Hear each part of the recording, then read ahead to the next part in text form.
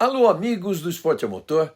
Depois de um espetacular GP do Azerbaijão, que foi praticamente uma corrida sprint de 51 voltas, a Fórmula 1 já acelera neste final de semana em outro circuito de rua, desta vez no GP de Singapura. Será a 15ª edição do GP, que foi o pioneiro na era dos circuitos noturnos da Fórmula 1. No calendário de 2024, já são 6 as corridas com iluminação artificial. Por isso chegou a hora de baixar a viseira e apertar os cintos, porque vamos acelerar junto em mais um pré-GP, com apoio do Petronas Cintium com tecnologia Cooltech e do BRB, o banco que abraçou o automobilismo.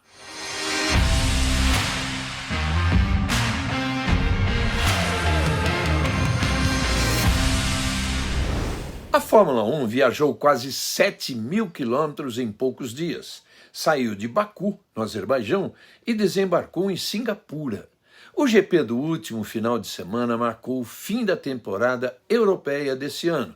E agora a Fórmula 1 passa por Ásia, Américas e Oriente Médio nas 7 corridas que restam. Singapura recebe a Fórmula 1 desde 2008 e o GP só não aconteceu em 2020 e 2021. É uma prova que quebrou barreiras na Fórmula 1.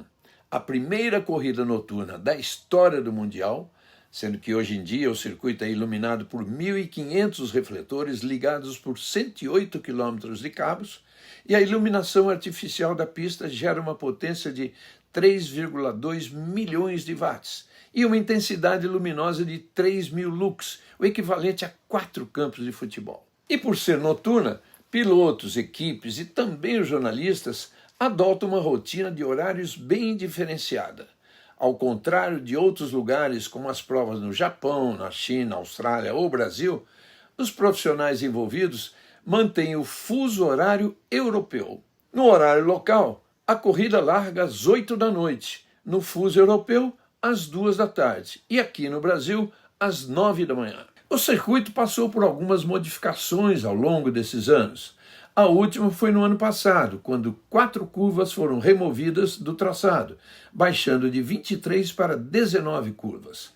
A extensão da pista, que em 2008 era de 5.073 metros, passou para 4.940 no ano passado. A novidade para esta temporada é a adoção de uma 4ª zona de acionamento da asa móvel, entre as curvas 14 e 16.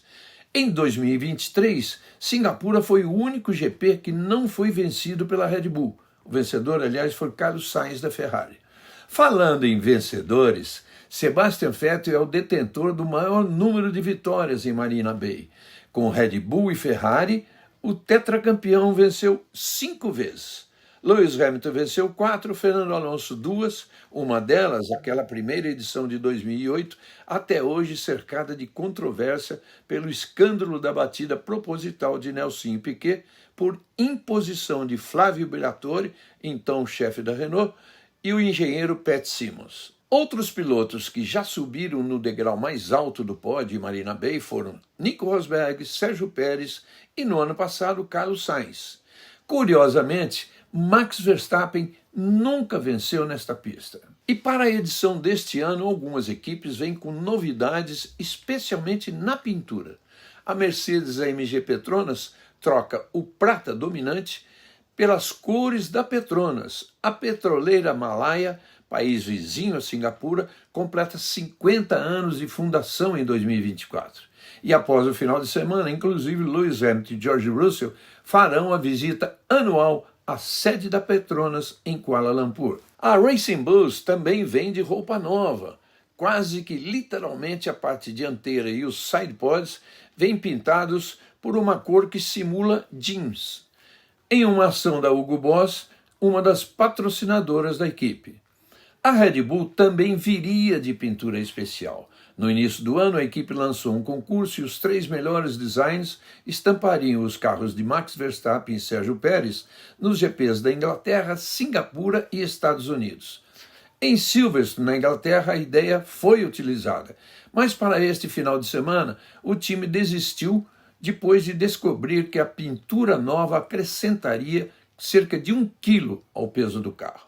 gerando aí alguns milésimos de segundo de desvantagem a uma equipe que acabou de perder a liderança do campeonato de construtores. E a nova líder, com motivos a comemorar, também vem de roupa nova no fim de semana.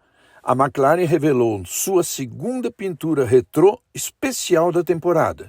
A equipe celebra o icônico visual do MP4, utilizado entre 1981 e 1996. Após homenagear Ayrton Senna no GP de Mônaco, o design para Singapura remete a uma era clássica da equipe, mas mantém o laranja papaya.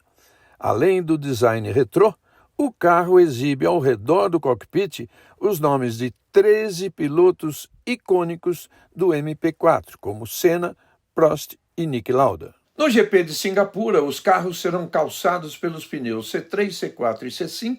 É a terceira corrida consecutiva para a qual a Pirelli leva os seus pneus mais macios. Mas existe a expectativa de chuva para sexta e sábado, o que pode fazer com que as equipes utilizem também os pneus de chuva e os intermediários.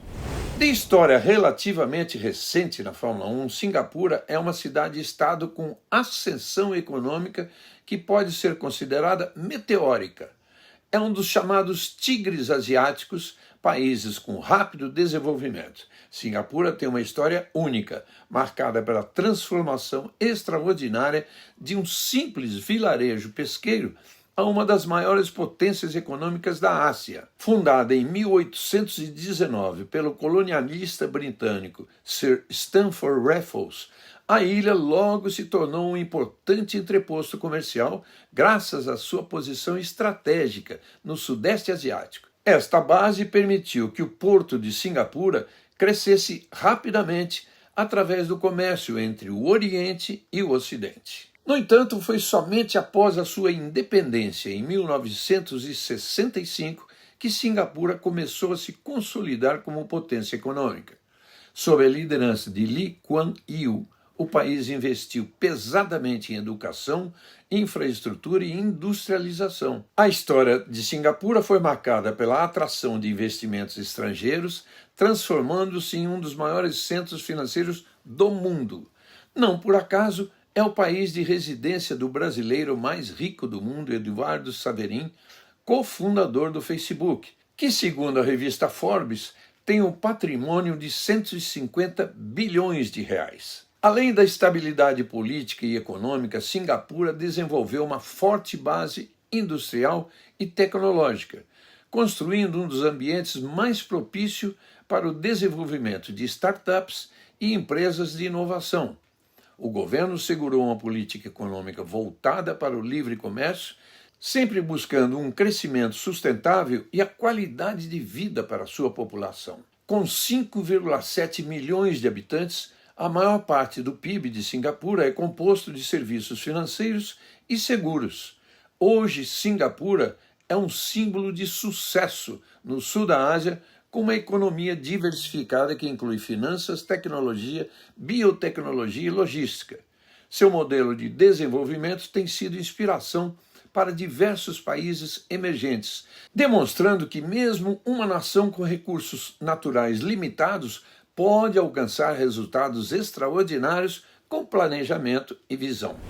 Lando Norris minimizou muito bem os prejuízos no Azerbaijão. Depois da falta de sorte na classificação, largou em 15º e chegou em quarto, uma posição à frente de Max Verstappen e ainda fazendo a melhor volta da corrida.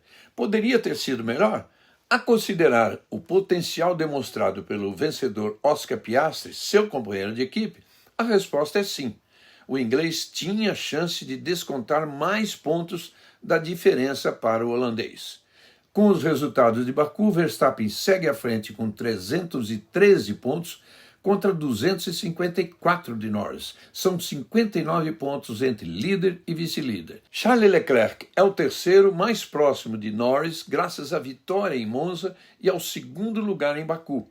O Monegasco soma 235 pontos, apenas 19 atrás do inglês, mas só 13 na frente de Oscar Piastri, agora o quarto, com 222. Vencedor em Singapura em 2023, Carlos Sainz zerou no Azerbaijão no acidente com Sérgio Pérez e segue em quinto, com 184 pontos. Lewis Hamilton acumula 166 em sexto lugar, George Russell sobe para sétimo com 143, a mesma quantidade de Sérgio Pérez, mas fica à frente no critério de desempate. O inglês tem vitória este ano e o mexicano não. Fechando os 10 primeiros, a dupla da Aston Martin, Fernando Alonso com 58 pontos e Lance Stroll com 24.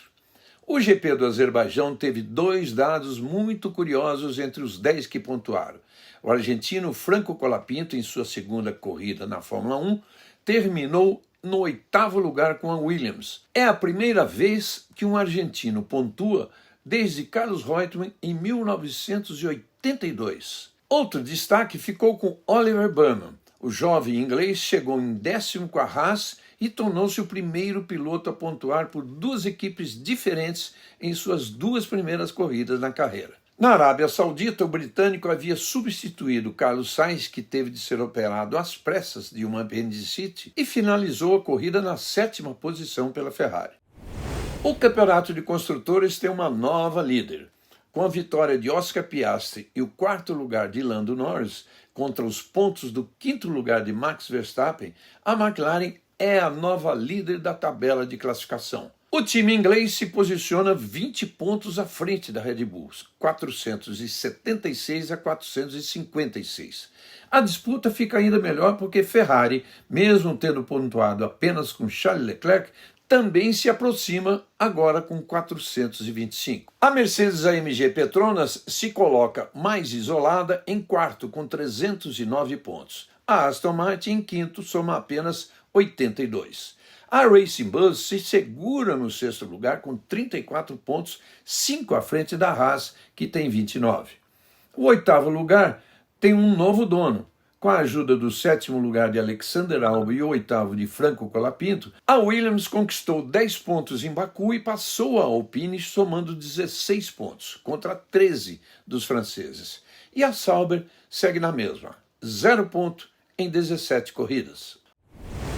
Os encontros do final de semana começam no Band Esportes com os treinos livres de sexta-feira às 6h30 da manhã, com a primeira sessão e às 10 da manhã com o segundo treino livre. No sábado, também às 6h30 da manhã, o terceiro treino que antecede a classificação das 10 horas.